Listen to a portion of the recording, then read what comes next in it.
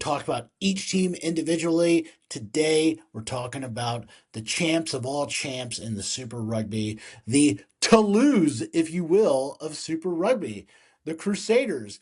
I ask you this all the time, Philip, when we talk about the Crusaders, and I'm going to ask you again. Where do they rank as far as all-time great club teams? Are they up there with Toulouse because they've won as many championships as anybody else in club? Yeah, for sure. Historically, they're probably the best club in the world, really. When you look at it, Joe, especially when Super Rugby was in its pomp, with the South Africans there, when it was Super 12, Super 14. So I think the Crusaders are the greatest club, but it's right there with Toulouse and probably just a notch ahead of perhaps Leinster and those and the likes there. So yeah, let's say Crusaders and Toulouse are the premier clubs in their hemispheres. And it looks like we're going to be finding out when they play against each other soon with that World Club Challenge that's been floated about. So I'm sure that'll be exciting to watch.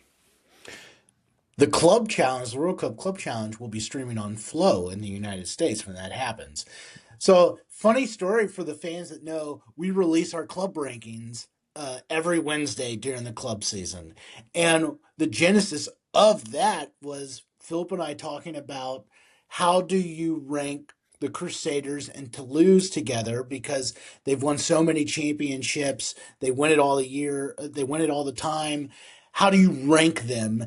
And that's when Philip created his system because it's really hard to kind of figure it out. We take kind of a model of college football in the United States there because there's so many different leagues. But obviously, the Crusaders are one of the best.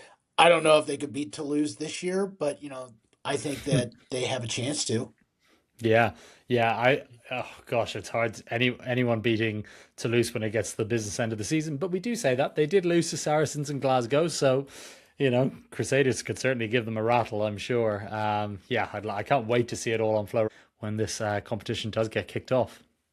We've talked about big picture here with Crusaders. Tell me about this individual team this year.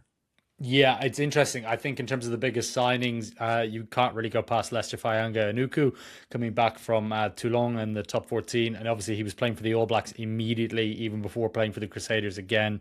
Last season, he's going to make a huge impact for them, which is quite frightening when you think about how good they were. Um, there is talk that Sevu Reese will be leaving at the end of the season to Perpignan, depending on how they go if they stay in the top 14. So it sort of could be one in, one out overall, but it's just so exciting to see him back in the red and black.